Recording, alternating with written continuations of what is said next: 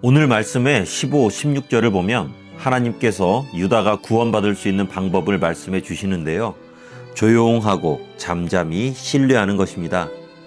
여기서 나오는 조용한 것, 잠잠한 건 하나님을 의지하면서 차분한 상태를 얘기하는 건데요. 중요한 건 유다 백성들이 이걸 원하지 않았다는 것입니다. 그러니까 조용히 잠잠히 있지 않고 하나님을 의지하는 걸 포기한 채 스스로 구원의 방법을 찾아서 동분서주하며 다녔던 거예요. 게다가 뭔가 뾰족한 수가 나지 않으면 나라를 버리고 도망치려고 그런 마음까지 먹었던 것입니다. 물론 아수르라는 절대 강자의 침략에 어쩔 줄 몰라서 헤매는 유다 사람들의 모습이 이해가 안 되는 건 아닙니다. 왜냐하면 그들 역시 연약한 사람이라 위기 앞에 불안을 느끼는 건 당연한 거죠.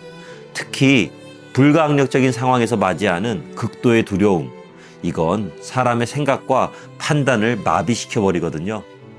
하지만 그럼에도 불구하고 그런 행동이 옳지 못한 이유는 그들은 바로 하나님의 백성이었기 때문입니다.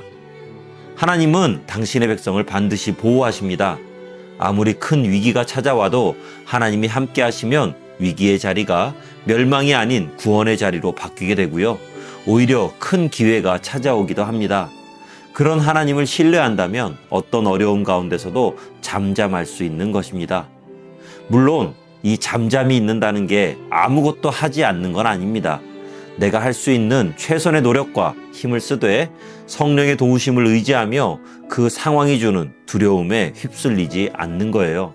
그리고 하나님을 배제해버리고 내 힘과 주변의 능력으로만 극복하려는 무모한 시도를 하지 않는 것을 의미합니다. 이게 바로 잠잠하고 조용히 있는 것입니다. 우리가 하나님을 의지할 때 하나님께서는 그 평안이 절대 깨지지 않도록 평강에 평강으로 지켜주실 것입니다. 우리가 아무리 애쓰고 가진 것으로 쥐어짜봐야 오늘 말씀에 나오는 것처럼 우리를 쫓는 자들이 더 빨라요. 보통 자녀가 큰 사고 쳤을 때 부모로서 가장 속상한 건 자녀의 무능력이 아니라 부모에게 말도 없이 혼자 해결하려다 이를 더 키우거나 상황을 외면하며 도망치려 할 때입니다. 하나님의 유다를 향한 안타까움도 딱 이거거든요. 위기가 찾아올 때 보통은 뭐라도 해야 한다고 생각하면서 삶의 악셀을 더 세게 밟으려고 합니다. 하지만 영적 성숙은 속도를 올리는 악셀에 있는 것이 아니라 두려움 앞에서 스스로 속도를 줄일 수 있는 브레이크에 있습니다.